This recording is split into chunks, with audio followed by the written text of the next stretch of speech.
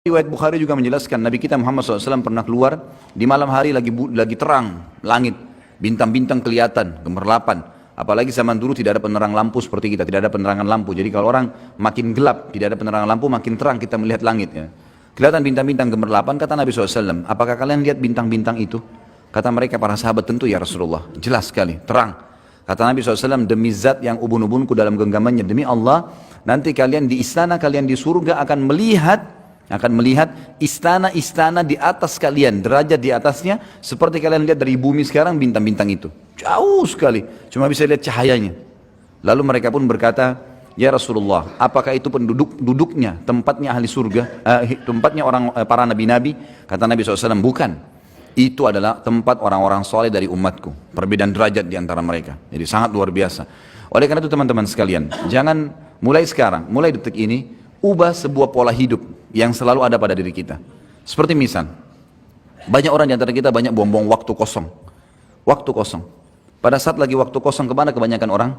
Ke pasar, ke mall, habisin waktu. Berjam-jam habisin waktu di situ. Di mall teman-teman sekalian, di dalam sebuah hadis Bukhari dikatakan syaitan menancapkan bendera perangnya di mall, di pasar.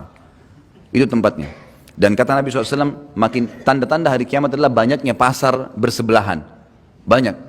Antum bukan tidak boleh masuk pasar, boleh masuk pasar, tapi bukan program hidup. Jangan begitu weekend lagi libur, Sabtu Ahad, antum masukkan habisin waktu di sana. Teman-teman sekalian, coba renungi apa yang saya bilang ini.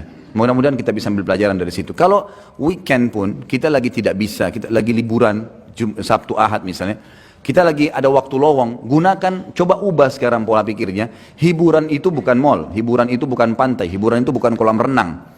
Hiburan itu bukan jalan menghabiskan waktu ke sana sini, buang-buang waktu. Tapi hiburan itu teman-teman sekalian adalah majelis ilmu. Hiburan yang sebenarnya adalah masjid. Hiburan sebenarnya pergi ke rumah anak yatim. Coba begini, teman-teman yang punya anak kecil, coba praktekin deh. Yang selama ini kita tanamkan pada jiwa anak-anak kita kebanyakan adalah habisin waktu pada saat liburan sekolah di mall, di kolam renang.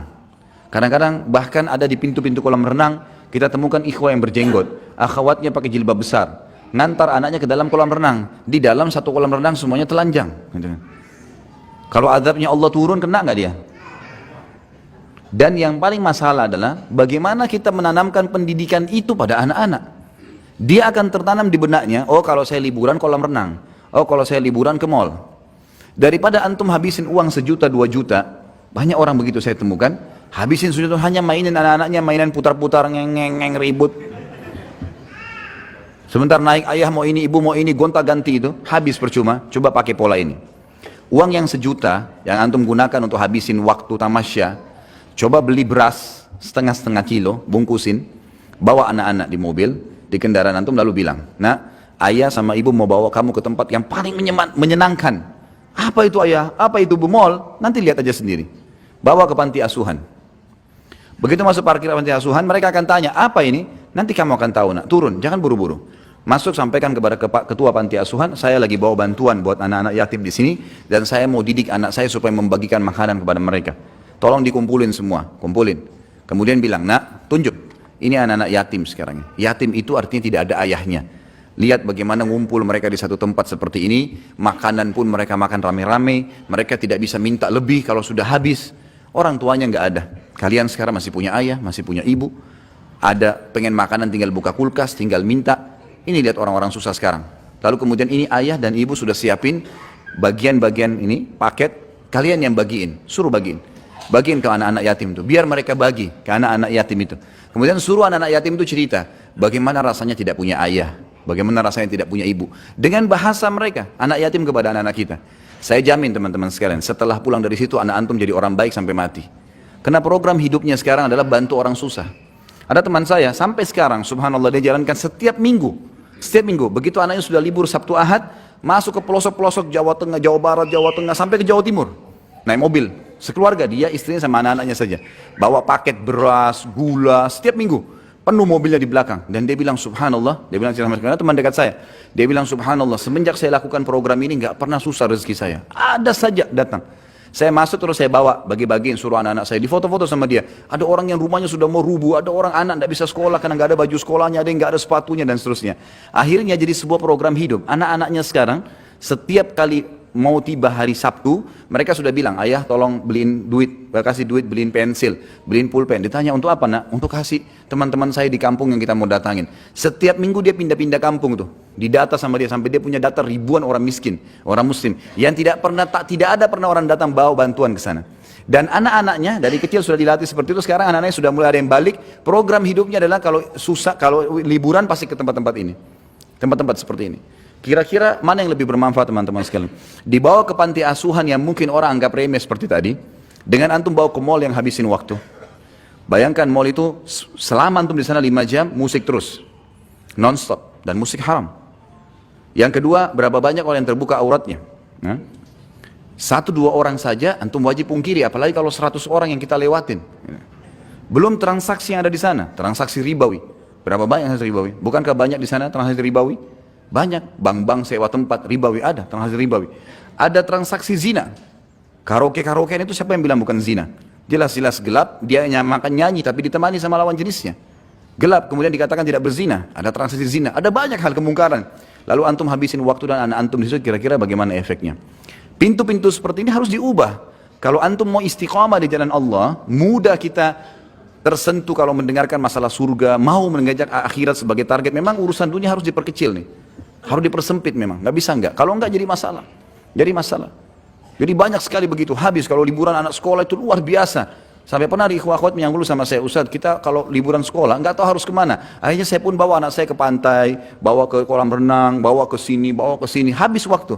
Terus saya kasih pemikiran, kenapa nggak dibawa ke panti asuhan? Kenapa nggak dibawa ke majelis ilmu? Kenapa di benak kita selalu majelis ilmu seperti ini hanya untuk orang tua? Kenapa nggak ditanamkan buat anak-anak?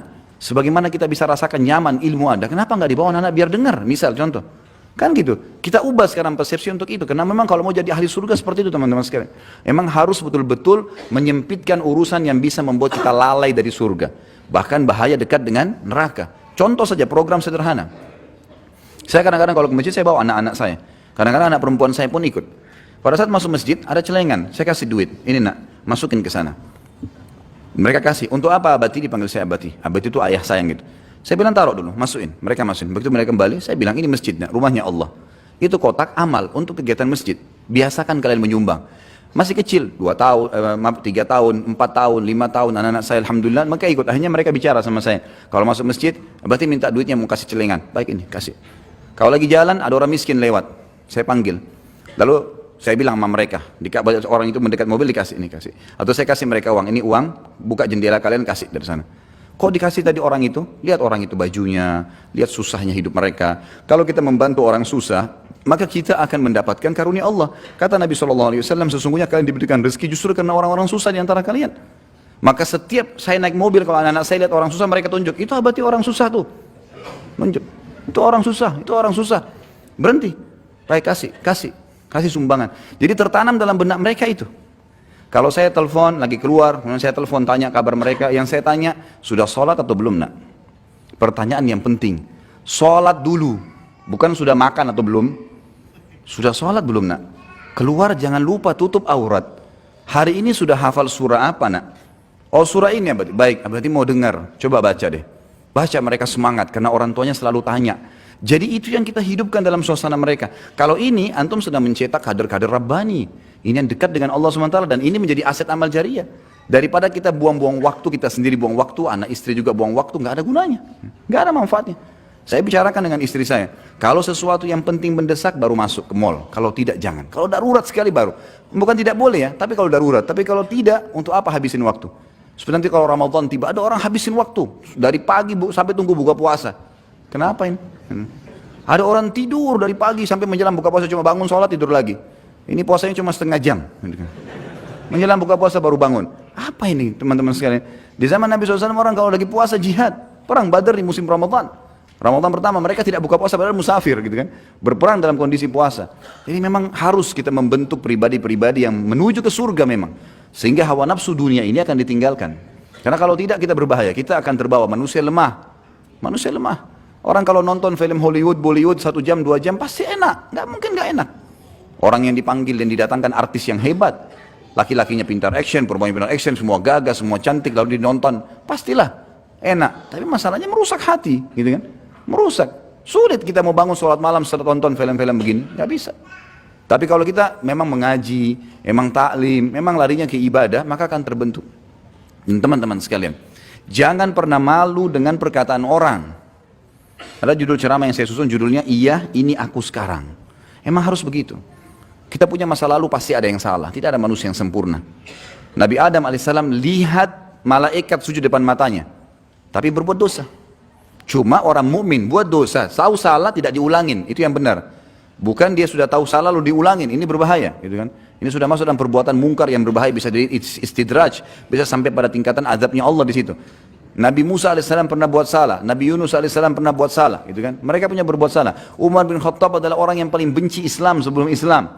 Kita tidak lihat masa lalunya, yang dilihat masa sekarangnya, gitu kan? Akhirnya setelah dia masuk Islam, dia orang yang paling tegas terhadap orang kafir. Pada saat dia sebelum masuk Islam, dia peminum khamr. Pada saat masuk Islam, dia yang menjadi penyebab turunnya ayat pengharaman khamr. Tiap hari berdoa, ya Allah haramkan minuman ini buat kami, haramkan buat kami. Padahal kemarin pecandu besar. Orang lihat masa sekarang. Sebelum masa jahiliyah bergaul sama wanita. Setelah masuk Islam, Umar bin Khattab yang menjadi penyebab turunnya ayat-ayat hijab. Turunnya ayat hijab justru karena Umar bin Khattab berdoa, ya Allah tutup aurat wanita kami, tutup aurat wanita kami, selalu sampai turun ayat hijab. Dan ada 13 ayat yang turun, semuanya berhubungan dengan permintaan Umar bin Khattab kepada Allah Subhanahu wa taala. Jadi memang masa lalu gak dilihat teman-teman sekalian. Kalau ada teman-teman yang lihat kita kena berubah penampilan, karena orang kalau lebih dekat kepada akhirat memang berubah tuh.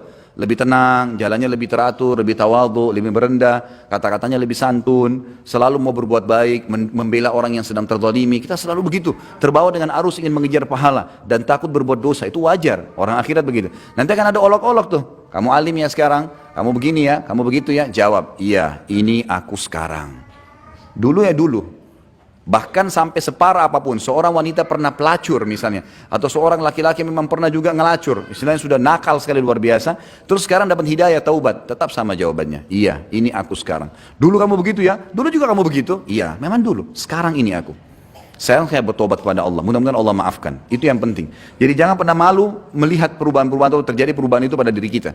Ini penting ya, sempitkan semua jalan-jalan menuju ke neraka, buka semua pintu menuju ke surga dengan program-program hidup yang positif kalau surga, dan tinggalkan semua program negatif dalam neraka. Kemudian sama hal tadi yang saya jelaskan, bagaimana kita tidak boleh malu pada saat terjadi perubahan pada diri kita dan berani jawab.